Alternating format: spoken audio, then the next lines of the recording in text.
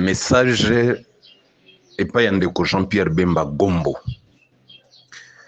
na kosenga na motu nyonso oyo akozala na possession ya message oyo pe akozala na possibilité ya kotindela yango Jean-Pierre Bemba akomisela yango. Ezali ngai Molière Malanga Nyazongo na ba réseaux sociaux bato bayebinga mingi na nkombo ya Molière Malanga mwana makanza mobotama ya Équateur. Awa nazali koloba na Jean-Pierre Bemba lokola leader ya Grand Équateur. Ndeko Jean-Pierre Bemba, sima ya kotala makambo oyo mazali koleka,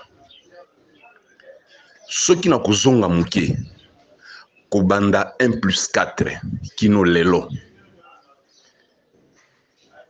na zwi mokano na yebisa yo certaines vérités oyo ba Congolais mingi, ba Équatorien mingi, ba membre ya parti na yo surtout MLC bakoka koyebisa yo te.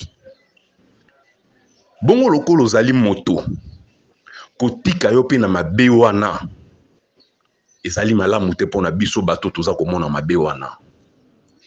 Ndeko Jean-Pierre Bemba, ezali secrété que après départ ya Mobutu na oyo nyonso AFDEL asalaki batu ya Équateur code 32 yo moto yaki lokola ko sikola lokola ko libérer batu ya Équateur ko pesa bango bonsomi ko zongisa lokumu na bango parce que na bato bayaki ezalaki Équatorien nyonso azalaki moto ya Mobutu yango bapesaki code 32 kotia bango na à l'écart. Bitumba obundaki ezalaki pona bonsomi ya République démocratique du Congo mobimba kasi pona biso batu ya Équateur ezalaki une façon ya koluka kozongisa biso na même droit ke ba Congolais nyonso tobetelaki yo maboko. Olakisaki ke ozali nationaliste na composition ya mouvement na yo depuis rébellion tango ekomi parti politique et même tango bozui ba poste ya responsabilité na gouvernement ya 1+4 olakisaki ke oza nationaliste wana to betela yo maboko pe to continue ko betela yo maboko. Esprit nationaliste o Mobutu azaka nango osalaka preuve nango kino lelo nzokande lokola moto. Jean-Pierre Bemba ozali pe na mwa mabe ebele mabe yango ezali pe kosala te lingomba politique na yo liza obeko kita oyo ya somo pe ya soni ezali résultat oyo ozwi to bapesi yo na ba élection oyo. Ndeko Jean-Pierre Bemba, ndenge na lobi ozali moto oza na ba défaut et ba défaut wana bato na yo nyonso bayebi yango ezala famille politique na yo ezala famille biologique na yo eza makambo oyo balobaka na mosima ya mokongo na yo. Défaut na yo ya liboso ndeko Jean-Pierre Bemba ezali ke ozali moto mangbongi oyokaka moto te omimonaka lokola oleki bato nyonso na mayele pona yo mokano ozwi moto aza na droit ya kopesa yo conseil te moto aza na droit ya kosala yo observation te et même na makambo matali politique soki ozwi mokano et puis na kopesa exemple yo kozwa décision et bato bazali censé bosangisana bango makanisi yambo ya kozwa décision mingi oyaka ko informer bango. Ndeko Jean-Pierre Bemba tika na pesa yo exemple moko yo okoyebisa ngai ke tango ozwaki mokano yo moto contestaki élection ya Félix Tshisekedi soki yo loba mingi te mais lieutenant na yo mama Eve Bazaiba toza na ba image modèle aloba pona pouvoir ya Félix Tshisekedi. Ndeko Jean-Pierre Bemba okoyebisa biso lelo ke tango ozwaki mokano MLC akende kokota akende ko soutenir régime ya Félix Tshisekedi mokano wana bozwaki yango de commun accord na ba collaborateur na yo je doute fort. Est-ce que base y a parti na yo bazala qui associé, bazala qui consulté, je doute fort. C'est ça. Moko ya makambo yo ba reprochaka yo me bakoka koyebisa yo te moto mangbongi. On dirait ozalaka même pas na considération ya ba collaborateur na yo na makambo etali kozwa mikano o etali lisanga na yo. Parce que pona yo kotala ndenge nini lisanga na yo ya politique etambolaka, on dirait oyebaka te ke mikano misengeli mizwama autour ya table. Et défaut na wa mosusu ezali nini à part moto mangbongi ezali ke soki okei okendeke na motema na molimo na nzoto omipesaka mobimba. Na kozonga na 2006 na 1+4 ndeko Jean-Pierre Bemba oyebi tango opposition en tête UDPS o bozana bango lelo babanda kosala ba marche pona makambo etalaka organisation ya ba élection. Ndeko Jean-Pierre Bemba yo ozalaka vice-président en charge ya commission ya économie na finance. Mais na yebaka te soki oyebaka modèle au déceva bato na sortie médiatique na yo. Yo moto zalaki na défense et sécurité te. Mais comme omipesaka mingi, olingaka soko ozali na alliance, olakisa moto wana ke yo lingi ye koleka bato nyonso osala sortie médiatique moko. Oyo ebebisa image na yo koya ko menacer opposition. Koloba ke soki babimi na nzela ba okutana na yo zalaki nani. Balingaki bakutana na nzela yo zalaki nani parce que yo zalaki na défense et puis sécurité te ba okutana po yo zalaki nani po zalaki ancien rebelle. Mabe na yo yango wana. Et soki kaka na 2006 te oye lisusu kosala ngo na 2023 awa na ba élection oyo. Ndeko Jean-Pierre Bemba makambo yo lobby na propagande même bato yo bazala na Félix Tshisekedi depuis opposition à Mobutu bakende ko signer na ba accord ya Nairobi mutu moko atikala koloba bongo te omipesaka makasi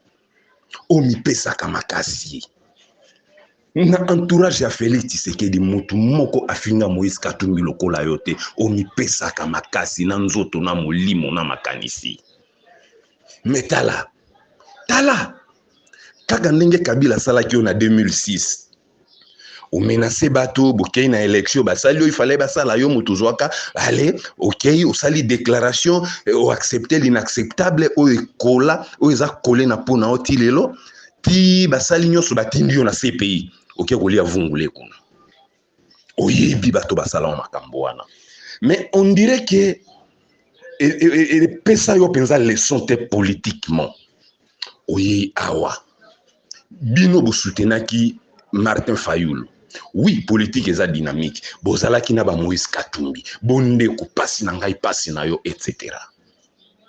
Eye ko sala ke makambo esalemi ndenge esalemaka wana ba Félix Tshisekedi na kamere bakei na nzela na bango bayebaki esika bazokende toke na ba élection Félix Tshisekedi abimi président botelemeli pouvoir ya élection Félix Tshisekedi bino nyonso na cadre ya lamuka.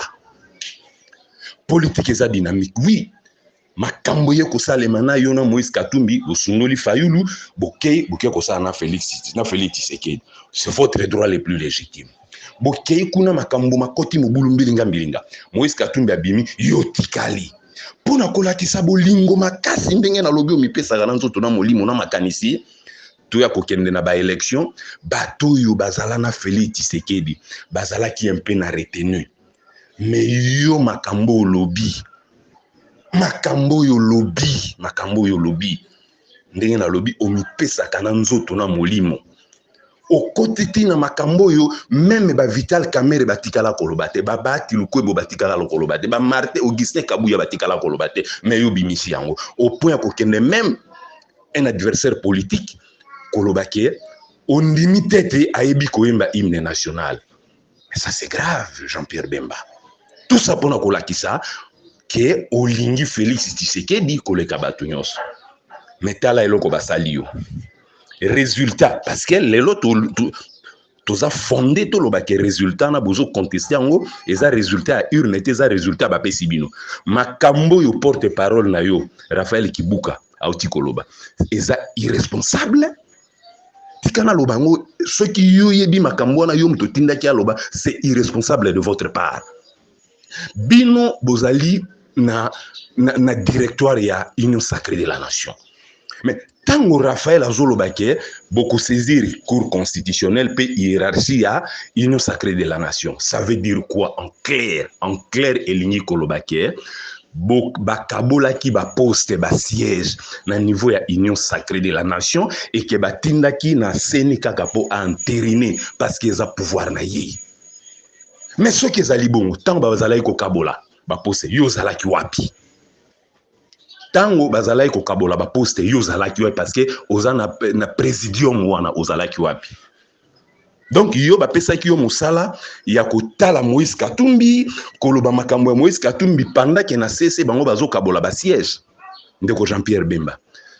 Mabe na yo politiquement yango wana moto mangbongi oyo kaka conseil te o nazoloba oyebi même batata na yo ya politique ya Équateur baloba na o makambo wana oyo kaka moto te. C'est un défaut pour un leader politique.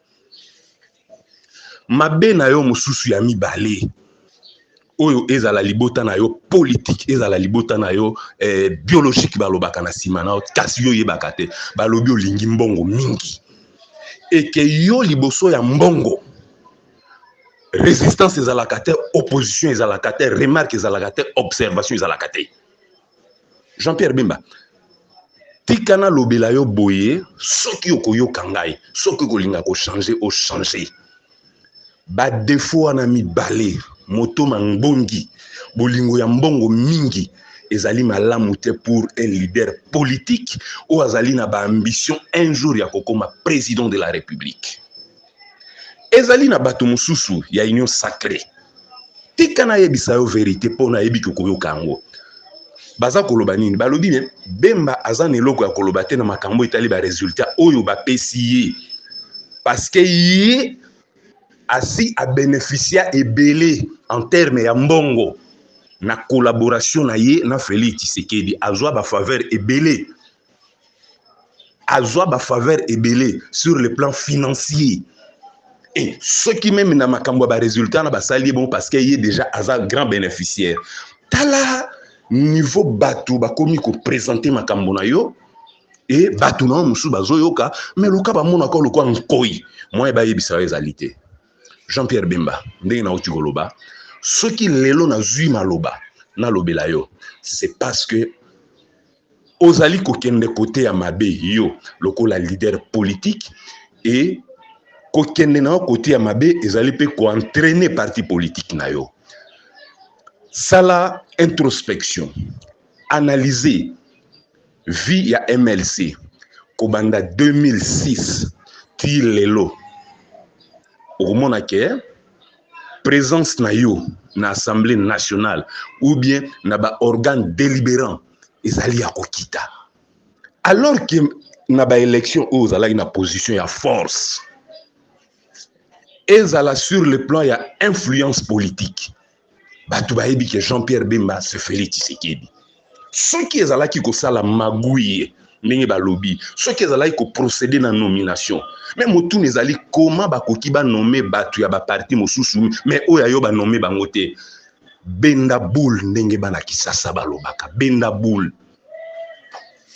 linga oyoka yoka fungola matoi oyoka.